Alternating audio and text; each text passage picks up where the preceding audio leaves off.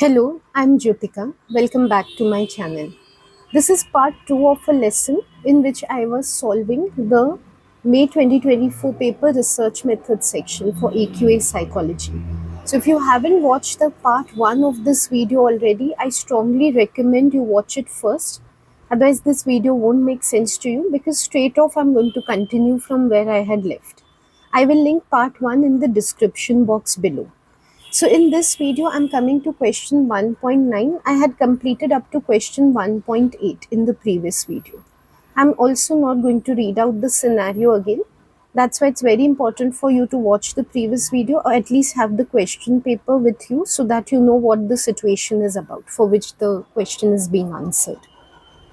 Okay, here they've asked explain how a pilot study could be carried out to improve this study. Now, for the study that we were looking at, the situation, definitely pilot study would be very useful in many respects. Right from wanting to check on some of the ethics that we shouldn't be embarrassing or harassing the children in any way by watching them.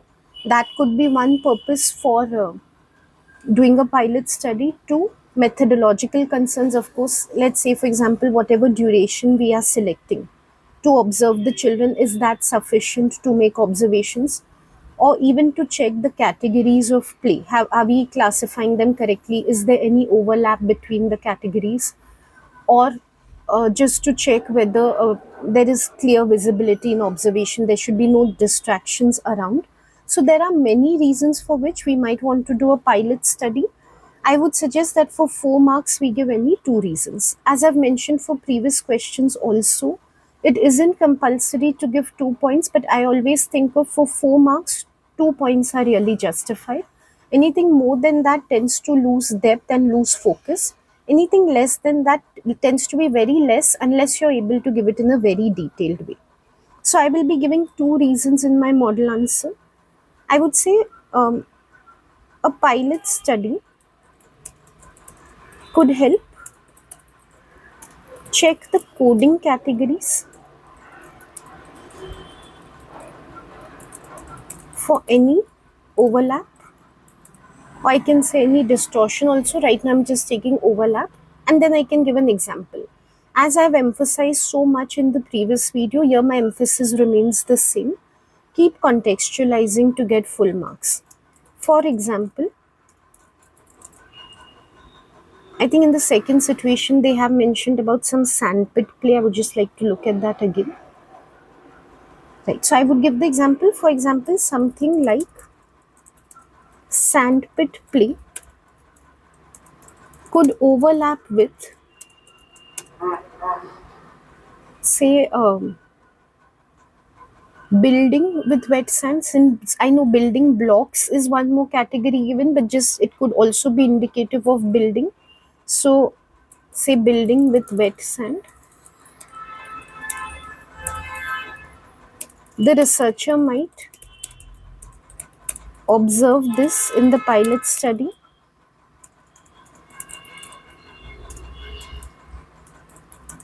and thereby operationalize sandpit play as strictly playing with dry sand. So this could be one reason, just to clarify the categories to be observed. And another reason could be, so I would say a pilot study could also help with, as I mentioned previously, checking the timing of observation. For example, the researcher could check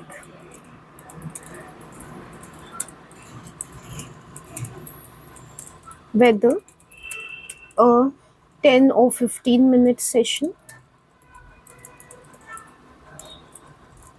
would be sufficient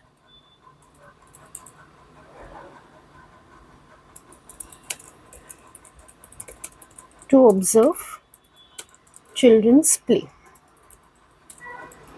And of course, he could extend the time or reduce it if that much is not required. I'm sorry, I have mentioned it 10 or 15, but I just looked at the situation again and they've mentioned 15. So I would say whether a 15-minute duration is sufficient to observe the children's play or more or less time is needed. So I've presented these two reasons. As I have mentioned earlier, you could give any other two reasons which you feel are more appropriate for a pilot study. The key is just naming two reasons and linking back each reason to the scenario. Now let's take a look at the next question. Okay, so now we can see the next question.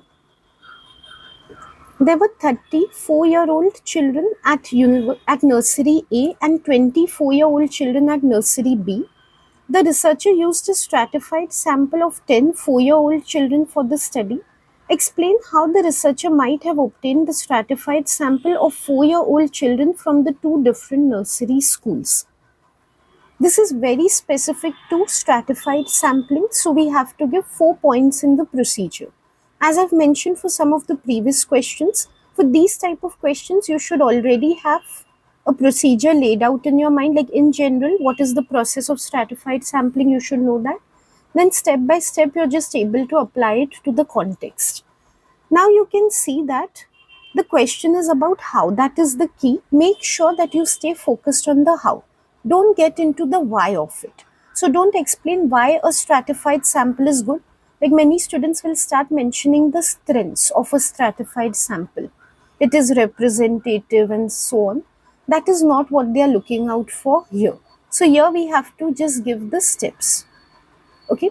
Also, as you know, in stratified sampling, a little bit of calculation is required. You must show that explicitly. You can't show it in terms of like roughly, or just saying this is something that would be done and then you don't show the actual working out. That is not allowed. You will have to show the full working as it applies to this question. Okay, I'll be able to better explain to you as I write. So I'll start writing the answer. The first step in stratified sampling is to always identify the strata, that is the groups. So we can say the researcher first identifies the subgroups or strata, we can say.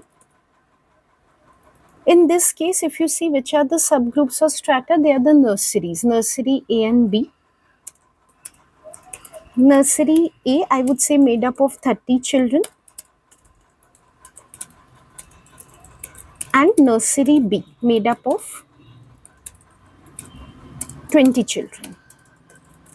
Then what do we have to do for stratified sampling? We have to calculate the proportion that needs to be allocated. So next, I just like to keep on connecting with next or then. It's easier for me also to stay on track in sequence and for the examiner also to see. Next, they would calculate the proportion of children, who need to be selected. The population comprises, like this is continuation of the same step only where I'm showing the working. The population comprises of 50 children, out of which 30 are from nursery A, and then I'll just show the proportion calculation. I can take it as a proportion literally like 0.6, or I can take it as a percentage. I'll show it as a proportion for now, though I know some students prefer percentage, but this is how I'll put it. 30 divided by 50 is equal to 0.6. You can use a calculator. I did not find it necessary here, but if you're more comfortable or you just like to cross check, you're allowed to use a simple calculator. And 20 are from nursery B. 20 out of 50, that is so 0.4.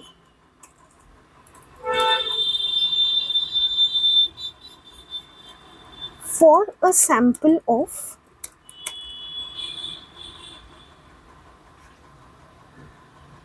10, right? The researcher wants a sample of 10. So the researcher would need to select. Now I'm just going to show how the calculation is done for the final number. So how we convert the proportion into the numbers for the sample. 0.6 into 10, 6 children from nursery A, and 0.4 into 10, 4 children from nursery B. Now many students will just stop at this point and they don't explain further. That's an issue. If you just write till here, at the most you'll get 2 marks.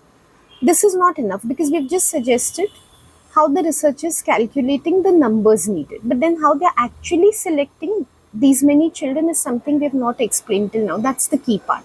So we need to indicate some sort of random sampling. Because after all, stratified sampling is also stratified random sampling. So we can say then the researcher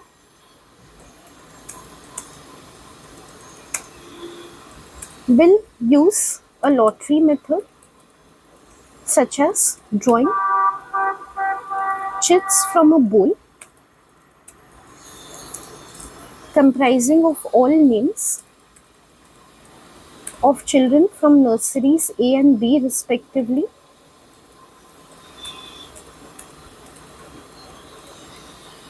to finalize on 6 and 4 children respectively. So this is how I will explain stratified sampling. The key thing, like I said, is to indicate exactly how selection is being done. Again, there you have to be careful not to just say random selection will be done. In practice, what is random selection? Lottery method, drawing chits, or alternatively using a random number generator. You need to indicate that as well. Okay, so 2 things you have to be careful about in this question. One is showing the calculations, exactly how the proportions are being calculated and translated to numbers. And secondly, to indicate how the actual selection is being done. Both are equally important. Let's look at the next part of the question. The researcher calculated averages for the time in minutes spent in the sandpit for each age group. The results are shown in the table below.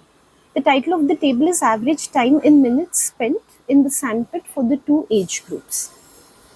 So we can see the mean is 11 for 2 years, for 2-year-olds, 6 for 4-year-olds. Median is 12 for 2-year-olds, 6 for 4-year-olds, and mode is 15 for 2-year-olds and 6 for 4-year-olds. What they want us to do is identify the type of distribution shown in the data for each group, and in each case we have to justify the answer. So we have to indicate for 2-year and 4-year-olds. As I've been doing in part 1, I've already told you I will be explaining to you how to think about the questions also. So when it comes to distribution type of questions, for students it might be difficult to think about it without actually drawing a rough graph. So definitely you can take your pencil in the paper and just draw a rough graph so that you know exactly which skew it is. I hope from the question type of distribution you've already understood you're supposed to indicate whether it is normal distribution or it is some sort of skewed distribution. Okay, now actually skews are very easy to draw and identify as long as you don't confuse between negative and positive skew. So I'll just show you quickly how you can do that. Again, it's beyond the scope of this video, I know, to explain to you certain things, like some of you might have felt stratified sampling calculation went fast, or you might feel that this is a quick explanation. But if you want me to explain in more details, I can make dedicated videos. It takes some more time to explain. So you can leave a comment in the description box. So in the comments box below. Okay, if we look at the first distribution, we see the mean for 2-year-olds is 11, for median for them is 12, and mode is 15. Now if I'm to represent this in a distribution, I know firstly it's not a normal distribution. That is clear, because if it were normal, all the 3 values would have been exactly identical, which is the case for 4-year-olds. So instead what I can do is, I can just think of, is it a negative or a positive skew?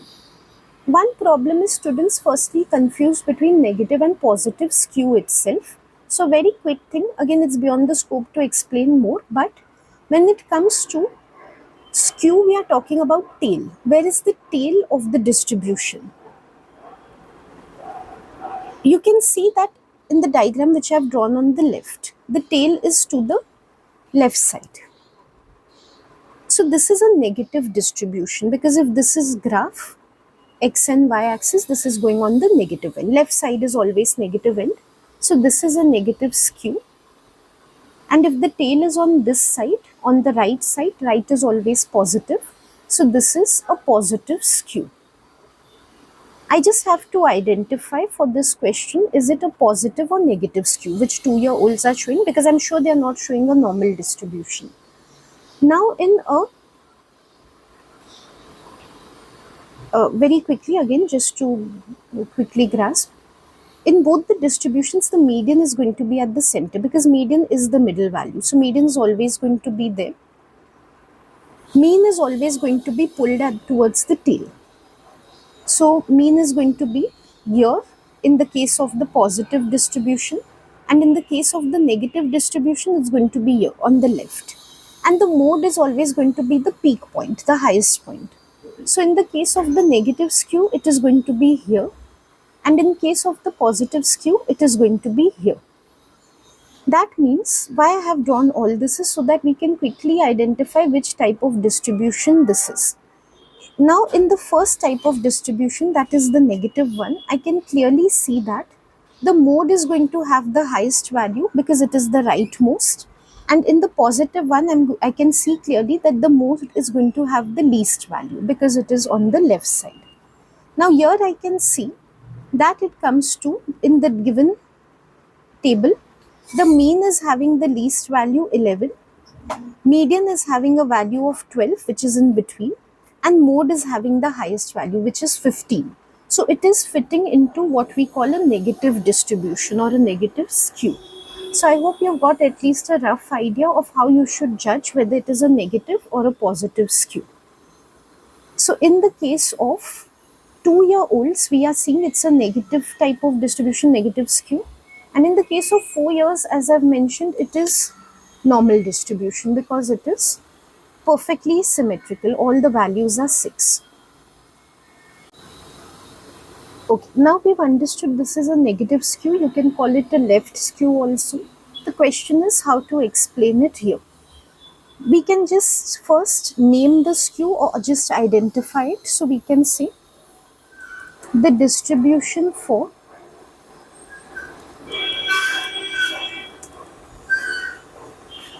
2-year-olds is negatively skewed.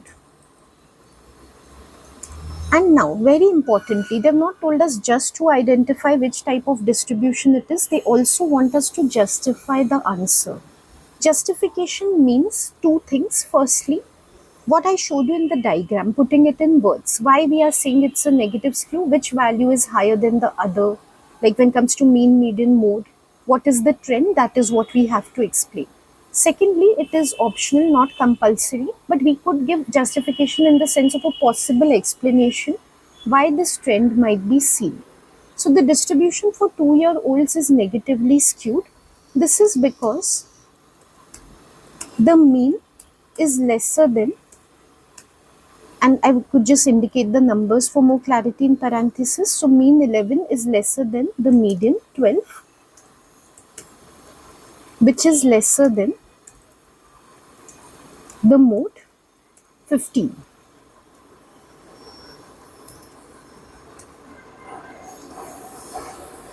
And now if I have to give a justification, this indicates, like I told you, this is optional, but it's good to practice it here even if you don't intend to write in the paper. This way of thinking could be helpful for other type of questions. This indicates that amongst 2-year-olds, some children spend much less time in the sandpit. If it was a normal distribution, it would indicate that most children are spending about equal amounts of time in the sandpit, which is the average amount. But in this case, we are seeing that the mean is lower than the median, indicating that some children are spending lesser time in the sandpit. The mode is higher, means there are quite a few children who are spending a high time, but because the mean is pulled at the lower end, it goes to indicate there are some children who are showing lesser than average time at the sandpit when it comes to 2-year-olds. If you're finding it complex, you can skip this part. For the 4-year-olds, I have to justify in a similar pattern. The distribution for 4-year-olds is normally distributed. This is because the mean,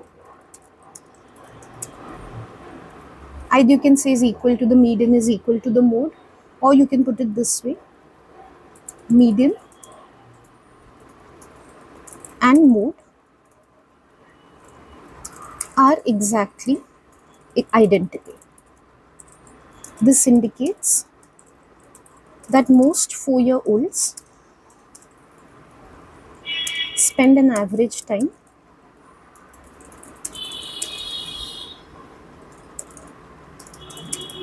in the sandpit. Okay, so this is how we can answer this question. Let's look at the next one. I wish to finish this lesson with this video. The next question is, what do the mean values in table 1 suggest about play preferences in 2-year-old and 4-year-old children? Justify your answer. Now, the key thing over here is to focus on mean values. Previously, they asked us about the distribution in question 2.1. Here, they are asking us only about the mean value. So, the comparison that we draw here has to be only with respect to the mean of each group. That means I will look at the mean for the 2-year-olds, which is 11, and for the 4-year-olds, which is 6. I will note which is greater. And what does that indicate? Means one sentence will just be indicating the group, the mean of which group is greater. That will be one sentence. Next will be explaining that possibly what that means. It just means that 2-year-olds are spending higher amount of time on a group as a whole. On an average, they're just spending more time in the sandpit compared to 4-year-olds. You might feel the answer is too simplistic, but this is a very simple question. Sometimes students get in the trap of, they feel that, the answer cannot be so simple. Then they start doubting themselves. Am I thinking of the right answer? When they've asked you such a direct question for a very specific value, like just mean values, definitely they want a very straightforward answer. So you don't need to go beyond this. Also, as I've explained to you, always look at the marks. It's 2 marks. You can't get into more reasoning than this. In this case, why 2-year-olds might want to spend more time in the sandpit than 4-year-olds? Not required for 2 marks. I know it might come to your mind that because 2-year-olds are, say, in the sensory motor stage as defined by Piaget. So that's why they want to feel the sand more, because that is their age to experiment with such things. But that's not really required. So what is required? I'll just show you that. The 2-year-olds have higher play preference for the sandpit than the 4-year-olds. This is indicated by the higher mean time, 11 minutes spent by 2-year-olds in the sandpit than the mean time, 6 minutes of the 4-year-olds.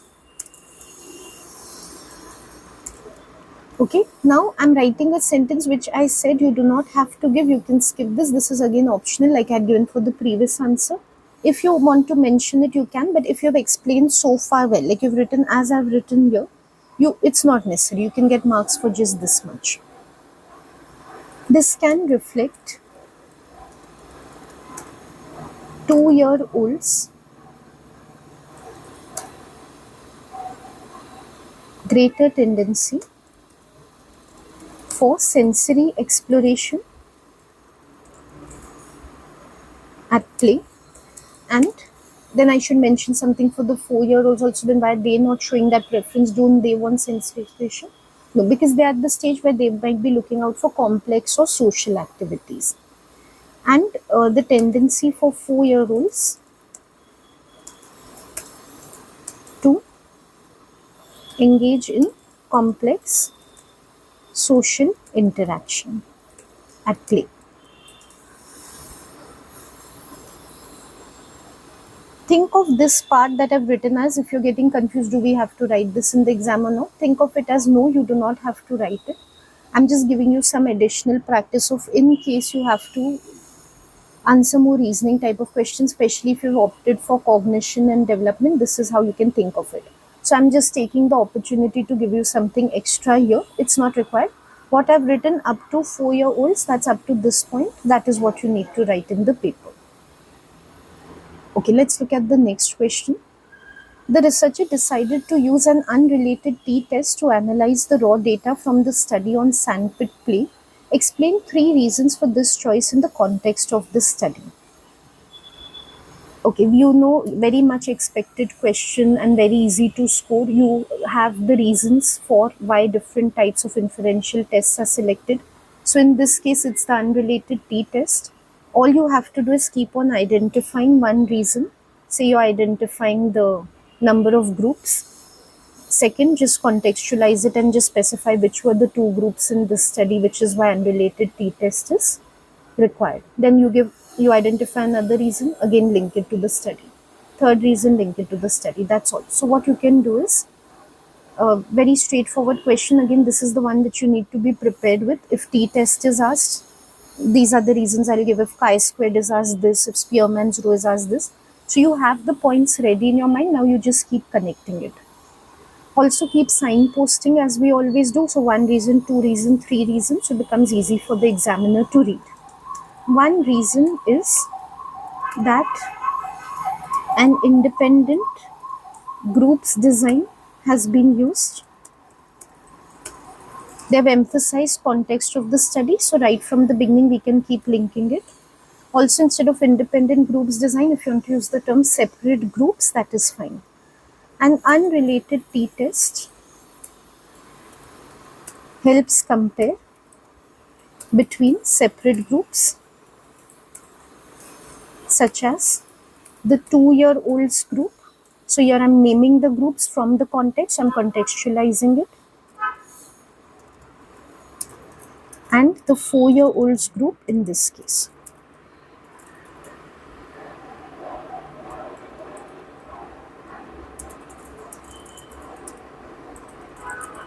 Another reason is that continuous data is collected. So you know, continuous or discrete data is one more reason for justifying any inferential test. In this case, it's continuous data. And I have to point out what is the continuous data collected here. The time spent in minutes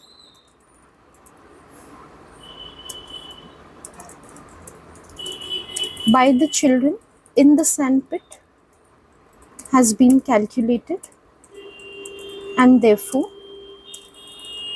this test is appropriate. I know we don't need to keep on repeating this, so you could write with more brevity and you don't need to mention everywhere that t-test is appropriate. Finally, or one final reason is that means are being compared. So it's not proportions or frequencies that we are comparing, rather we are comparing means. So we can say means are being investigated for statistical significance of difference.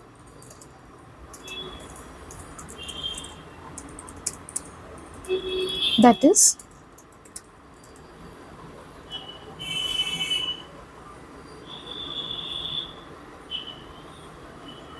the mean or average time spent by each group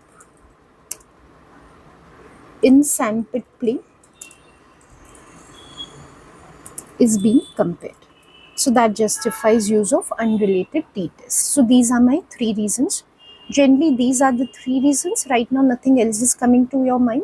But if you have another point which is equally justifiable, definitely you can give that. Let's look at the next part. The calculated t value is 3.576, and for this study, the degrees of freedom is 18. Now they've given us an extract from the critical or tabled values of t. We can see the degrees of freedom is given on the left column and the critical values are given on the right columns as always. And they have also, to help us out, given us the decision rule. We know we don't need to memorize for this syllabus, they give it in the paper. The calculated value of t must be equal or greater than the critical value for the table for significance to be shown. Now the question here is, with reference to the critical values in table 2 above, explain whether or not there was a significant difference between the two age groups at the 5% level of significance. I hope you know how to read the T table. Again, if you want a dedicated lesson on that, you can let me know. For now, I'm going to be doing it quickly. We first need to look at the DF of our interest in the rows. We are targeting a DF of 18 because they have only mentioned that the DF is 18.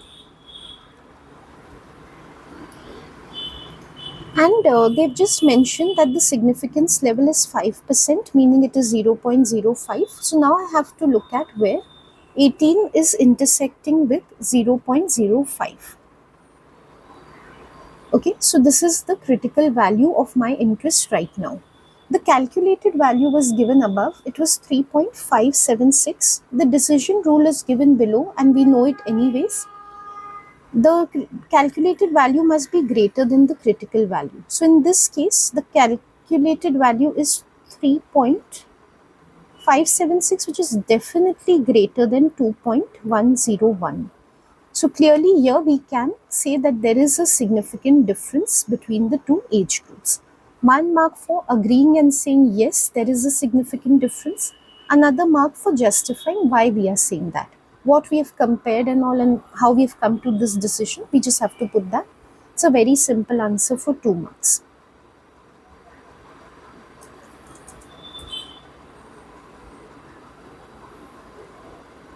Okay, how we can put this answer is, yes, there is a significant difference between the 2-year-olds and 4-year-olds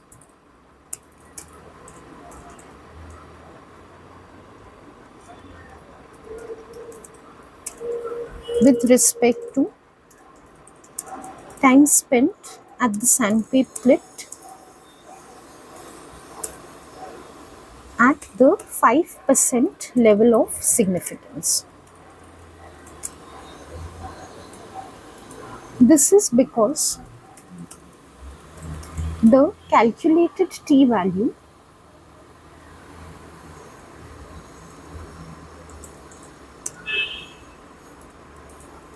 of 3.576 is greater than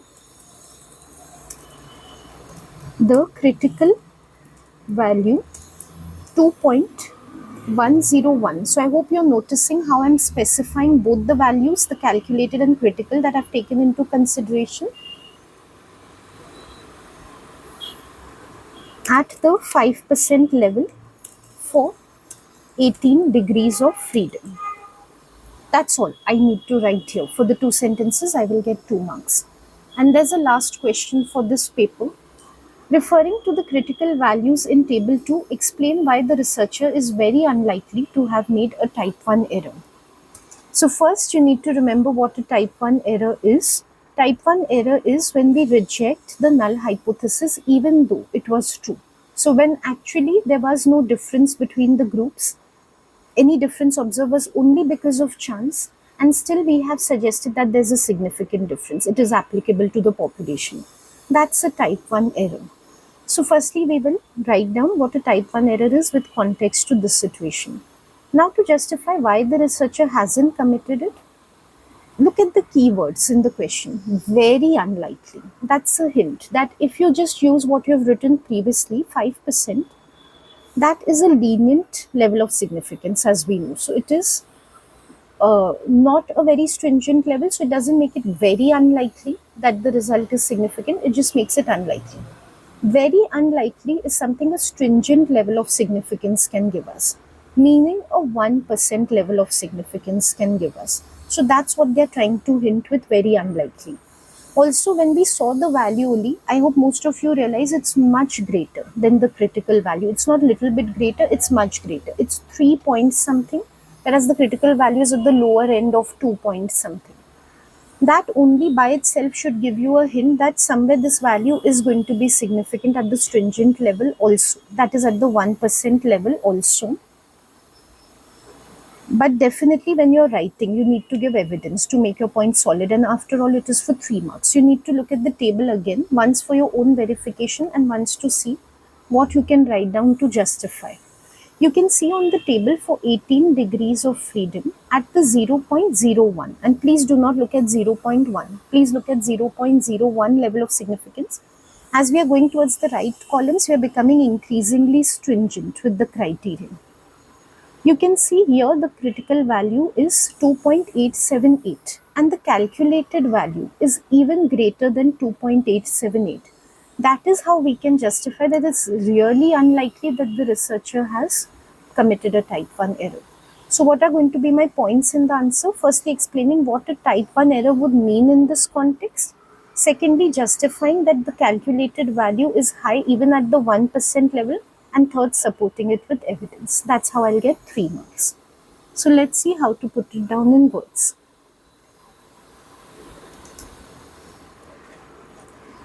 A type 1 error in this case would mean stating that there is a significant difference in the time spent playing in the sandpit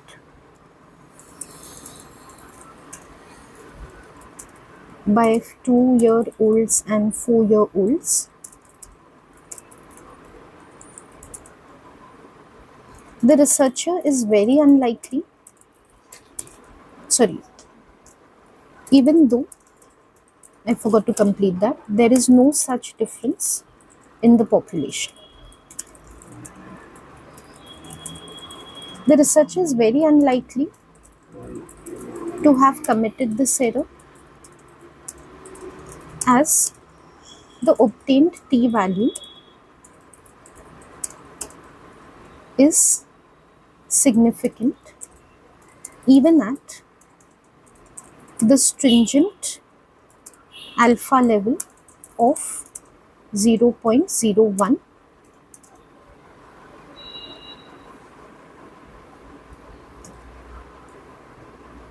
Now I'll give the evidence, that is the calculated value of 3.576 is greater than the 0.01 level critical value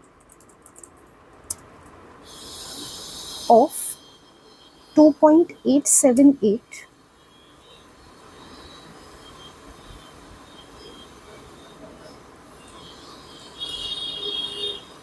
at or for 18 TF.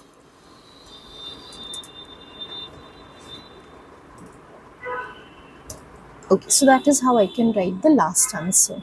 As I have done for the previous part, for this part also I will upload this document on my website, that is the written answers, I will upload them. You can download it as a free PDF copy and you can save it for future reference. I will link the PDF in my description box and pinned comment below, so you can download it from there. There are many other such resources, solved papers and notes on my website, and many more videos for AQA psychology on this channel itself. You can check out the AQA playlist. I will link it in the description box and comments box below. If you have any doubts about this video, anything that I have mentioned in this video, or if you want any further clarification, if you have any suggestions for future videos, please leave it in the comments box below. Please do not contact me personally for anything that I share in the videos. I do read your comments, so you can let me know there. Only if you want private tuition from me, you want private classes for your AQA psychology or Oxford AQA psychology, I teach that also. Then you can contact me on my personal details, which I'm giving below, my email ID or my WhatsApp number. So thank you for watching this video, and I'll try to return with another video solving a past paper very soon. Goodbye.